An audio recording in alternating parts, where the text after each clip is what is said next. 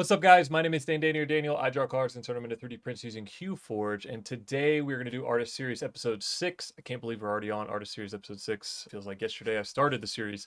Today we are going to feature an artist by the name of Illymakes. She was streaming over on TikTok, and I found her doing some drippy artwork, and it looked super cool. You're going to see that here in just a second. If you are a digital artist or a photographer and you would like to collaborate and see your work turned into 3D prints, feel free to reach out to me in the comments or DM me. I would love to collaborate with you and turn your work into these beautiful 3D prints. Without further ado, let's get into the video. Okay, so this is the first design that we are going to work on today.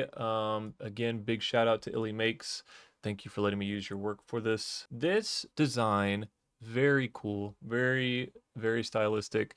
A lot of flat colors, so it should be relatively easy as far as HueForges go. We are definitely going to be using color match for this. I think that we could probably get away with using color aware, but I would much rather just use color match. I think that it'll be a lot quicker of a process. So let's go ahead and we'll go over to color match. Now you saw when I went to color match, we have two cores now, the mesh core and the color core. The mesh core, we are going to create the 3D mesh using what colors we see. And then we have the color core, which is where we will add our filaments to this HueForge so that we can actually print them. So right off the bat, I mean, the mesh looks pretty good. We might just be able to add in some colors that we see and go from there. Let's see if we can find a dark green. Got Polyterra blue green. Let's bring that to here. Probably get Polysonic white to get all the blending range because it's a 7.4. Let's bring that in about here. Bring this down. As you can see, the reason that I'm bringing this down is because we have these saturation marks, so we don't need all of this room. So we can bring this down all the way down here. And the reason that I'm using this high TD white in the mesh core is because you can see all of this range. HueForge is trying to match all of this, these lighter greens as well to create a functional mesh here. So let's see, I have a teal or cyan. We'll just use Polylite teal. We might use cyan instead. Yeah, it looks a little bit closer. Let's see about these lighter greens.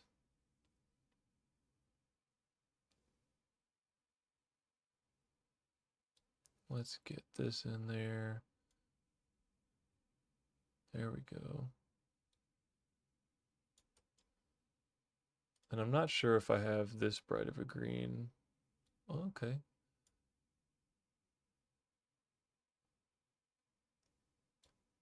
There we go. So that's looking pretty good. The leaves are looking pretty good. They're looking a little dark, but that's just because of the filament choice that I've made here. We have pine green. Yeah, that brightens it up. Perfect. So now we're pretty on point. We could get a little bit more yellowing in these leaves up here, but we might just be able to accomplish that whenever we bring it over to color core. And if not, we'll do some adjustments so that we can get a little bit more of that. The big challenge is going to be finding this color. I have a skin from eSun, and then yeah, pastel peach. I think the color that I want to use is pastel banana for this, but we're going to bring this up a little bit. So the reason that I started with green is because green is in the background of this image. I would say that teal is, or cyan is at the very bottommost of this image, and then black, and then we have the green, and then the ice cream cone on top. So that's why I am making the mesh the way that I'm making it. I should have explained that in the beginning. But for right now, I'm going to work on, we're going to bring this all the way up. Let's get rid of this gray. We're going to bring this pastel banana all the way up. That way the cone is the topmost. And then we'll have the pink somewhere here in the middle. Or the magenta. Let's bring in here.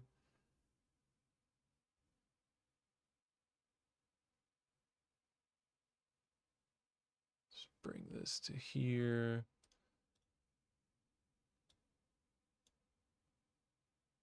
Don't want that at 17. The reason that you can see the green lines on the edges of these black is just because when we're stacking the colors in HueForge, you can see that, you can see those coming through on the sides, which is good. It's a good visual representation of what's going to happen whenever we print this, but it's not like on the edge. Like the green is not on the edge of this print. It's just something that you can see through to to the layers underneath.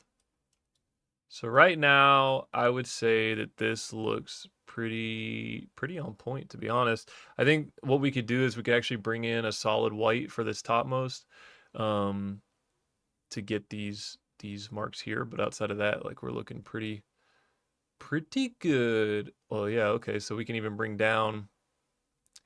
just bring down the pastel banana, and we get that white that we have all the way at the top that was already in the mesh. That's that 5 TD. We could actually, let's bring in cotton white from Polymaker, being a 1.5 TD, then we don't have to worry about it trying to blend with anything. Yeah, there we go. So now we get a little bit more in the leaves and stuff like that. So that is image number 1. I ran through that kind of fast. This is a super nice. This is like, I love these for color match because it's so contrasty that we can get a good mesh in really quickly. So now, since I used all real filaments for the mesh core, all we have to do is drag those colors over. If we hold control on the keyboard, we can bring them over one by one, and you will see everything come to life. And this is actually how it's going to print. So let's turn off this gray. Let's turn off this. Bring this white over, bring that up. Bring this pink. Bring this magenta. Bring this banana. And we'll bring this cotton white over. There we go. So now if we zoom in, are there any changes that I would make? Probably not for this image. I think that this image looks really good. And it's how would I say? It's easy mode for HueForge to match these colors up because they're so contrasty. I would say that we are done with this one. We probably will print this one out. I really love the way that this looks. Let's move on to image number 2. Okay, so this is image number 2 that we're going to work with. This is a drippy mushroom skull. I think that if you didn't have experience in color match, I think that you could definitely accomplish some really cool results in standard mode with this. You can see the way that this grayscale looks. HueForge is looking at your image, and when you're in standard, it's looking at it in the form of luminance. It's looking at the luminance values to create the mesh. So your whites are going to be the tallest parts of the mesh. Your grays are going to be the mids, and then the blacks are going to be the lowest point of the mesh. So like I said, I think that you could get some really cool results if you're not trying to go for color accuracy. Let's just, for example, if I brought in like this yellow and we had jade white at the top so that we could get a little blending there, we could bring in, just quickly, I wanted to show that, you don't always have to use color match for these kinds of images. And then we could even bring in like azure blue. So something like that. Like there are different ways that you can play around with images if you're not trying to go for super color accurate results. This is definitely just, a different way to look at a trippy mushroom skull. So just be aware. Let's go ahead. We're going to move over to color match because for this artist, I want it to be as color accurate as possible. So let's go ahead, move over to color match. So we got to start on the mesh core first. Right off the bat, we're doing pretty decent. Let's see if we can find, yeah, pastel ice is a lot closer. Bring this in, and then we need to bring in something like bamboo basic gray.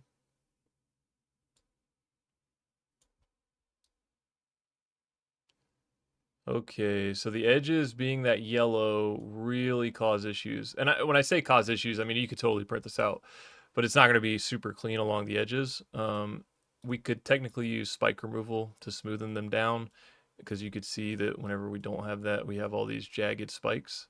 That's just because of the pixels that are here. HueForge is directly translating that into these spiky areas. So if we just leave that on, but you can see there are different spikes here. So how do we combat that? With this image in particular, we can bring the skull down, and this is one of those compromises that you would have to make, or the decision that you would have to make. We can either bring the skull down to in the middle, which I think is what I would like to do here. Bring that down to here. We'll bring magenta up. So now when you zoom in, you can see that that yellow is printing just on the blue. So it'll translate into a much smoother, cleaner print. Pink is going to be on the top right now, but we could actually just bring pink all the way down. And so now let's readjust one more time. Let's bring all these blues up. Bring this back down so we still have saturation. And there we go. Now we have a cleaner yellow on the blue for the skull, and then we also have that pink in the background, with black being the bottommost. I think black on being the bottommost on this just makes the most sense. So this looks really good. Let's go ahead and grab some browns. I should have some pastel peanut or something like that. And then we will also grab this like lighter pink. We'll bring that just to 8. Do I have anything that's a lower T? Well, I guess this is lower.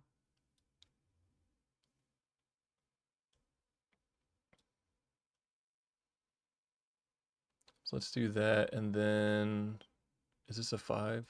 Yeah, this is a 5 TD. Let me grab Polysonic again. We'll bring that in here. Give us a little bit more blending on those brown areas and the yellow areas.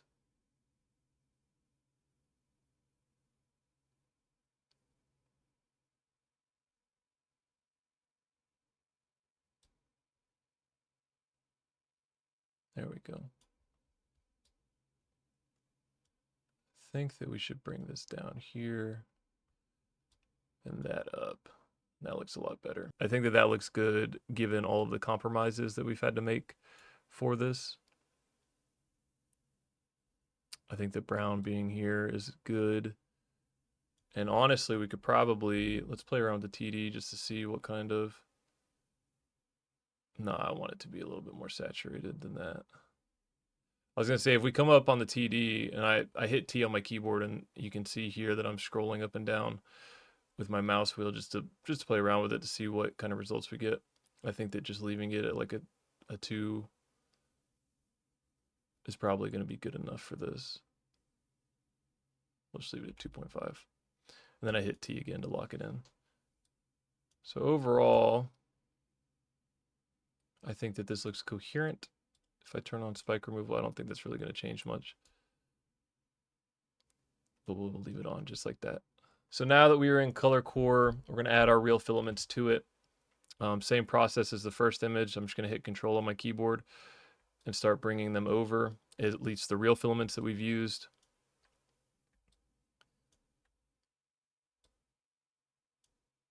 Let me turn off this. I'll bring this over here.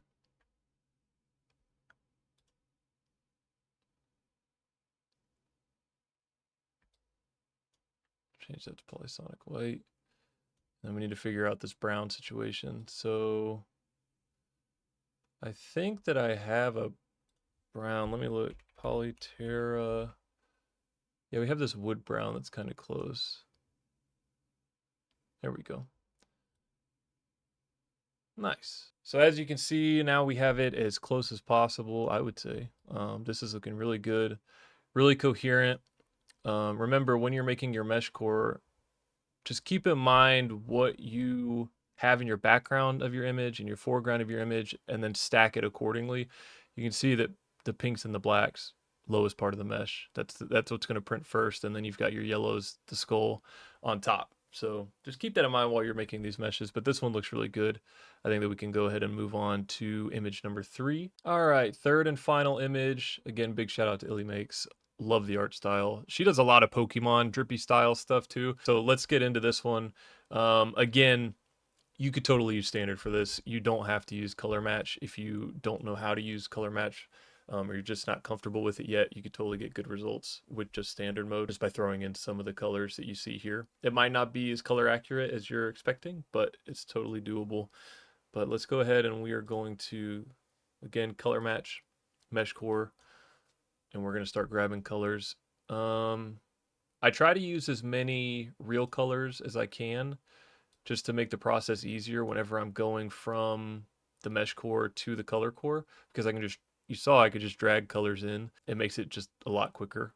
So that's why I try to use the real stuff first. And I'm just right clicking on the image to find the closest filaments that I can. Wood brown up top. Got this army blue.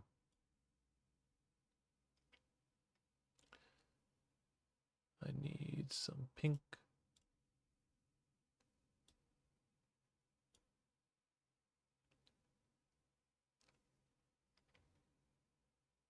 And we need that lotus pink again.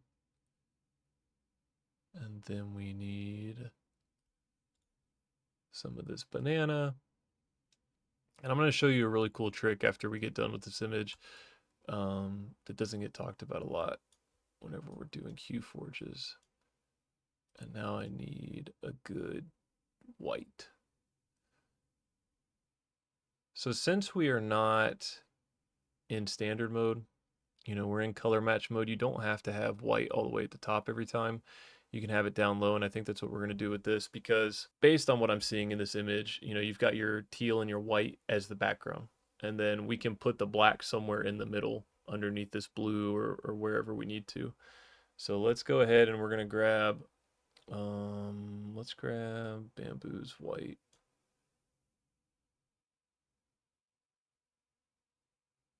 And I think that we'll want that on the bottom most.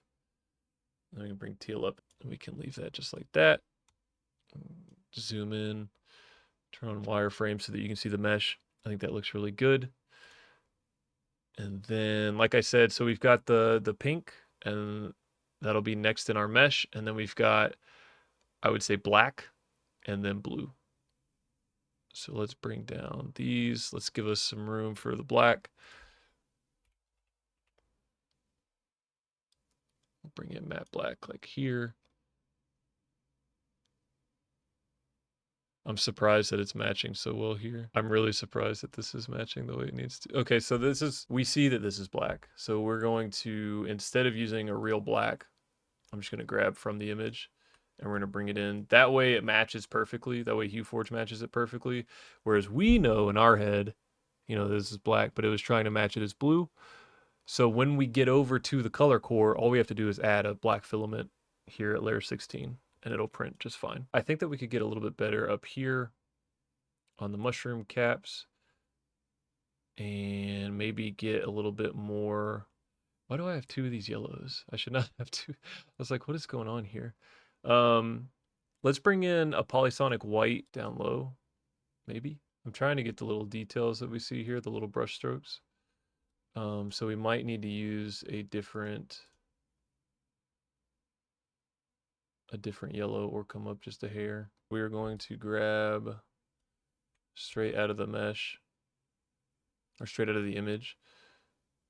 And same thing like what we did down low, down here where this is a fake filament. I do have a lighter yellow here that we'll be able to print, I think. But there we go. We can bring that in. Bringing in some fake filaments here just so that we can get it as close as possible to the image. There we go. I think that looks good the way it is. You might see these specks. There's actual specks up here in the image. And you can see that it's going all the way down into the teal area. But yeah, I think that this one looks really good. I think that this one came out really good. And I think that if we wanted to change some stuff up with this image, I think that in an image editor, we could change the color of the skull, and that would make it a little bit easier for HueForge to match up because we're so close to each other here. I say closer or easier for HueForge to match up. Really, it's for me. It would be easier for me to match up. But anyways, we'll go over to color core. That looks spooky. And we'll do the same thing, you know, control click, grab all the colors that we have, they're real filaments, and then we'll figure out the rest. And spoiler alert, in the next update for HueForge, there is supposed to be a way that we will be able to select different colors and then bring them over all at once, or bring over the entire mesh core into the color core if you have all the real filaments. So be on the lookout for that in the next update. I'm still doing some beta testing. So this is looking really good over here in the mesh core still. It's just trying to add the real filaments to it is a pain because I don't have all of these colored filaments. If I had this color, I think it would make it a lot easier. I think that I'm going to chalk this one up to just not having the correct filament colors for it, but that is okay. This is one of those compromises that I would make, where we have white for the skull and then the yellow stalks of the mushrooms. Because like I said, I mean, you can see here in the mesh core, we were pretty spot on as far as matching it up. It's just a matter of not having the actual filaments to match it up 100%. Still looks good. Still good results in general. So anyways, I will get to printing the first two that we did, and then I will be back. And with that, that is the end of episode 6. Thank you again to Illymakes. Huge shout out. Go check her out. She has amazing work on Instagram, TikTok. You can find her everywhere. I will have all of her links down in the description down below. Here is the first HueForge that we did. Look at that beautiful color separation. This thing turned out amazing. Obviously, with helps to her designs. This thing looks beautiful. I love the way that this turned out. And then we have HueForge number 2. This thing turned out even better. The amount of blending that I was able to get out of this was incredible. So again, huge shout out to her. If you are an artist or a photographer and you want your work turned into these beautiful 3D prints, feel free to reach out to me in the comments. I have my email and my link tree. Wherever you want to reach out, I will get back to you as soon as possible, and we can get you on this series. So with that, I hope you learned something today, and I will see you in the future.